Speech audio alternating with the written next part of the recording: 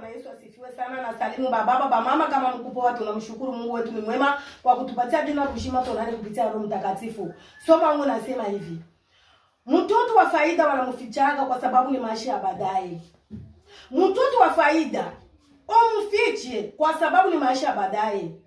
Tukisome Kutoka sura ya 2 na mstari wa kwanza hadi 5. Huyu ni mamake ya Musa na babake. Wakati Farao alitoa taarifa ya kusema inabidi kuchukua watoto wa kiume wote kuwaua wafariki. Huyu mamake ya Musa, Mungu kamupa hekima ya kutambua ya kusema hapa inabidi nimfiche mwanangu kwa sababu itakuwa maisha ya baadaye. Kaenda kumficha mtoto wake kumtoni ya maji.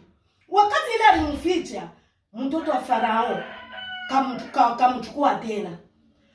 Kwa maana Musa aliongoza taifa la Israeli. Kumbe ilikuwa maisha ya baadaye ya kuokoa taifa ya Mungu ipate maendeleo.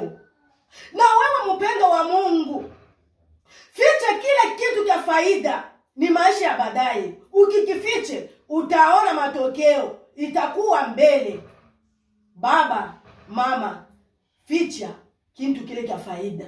Mungu alikupa nini? Maisha yako kitu cha faida. Kumbe hii machache tusaidie na tupate maendeleo. Amen.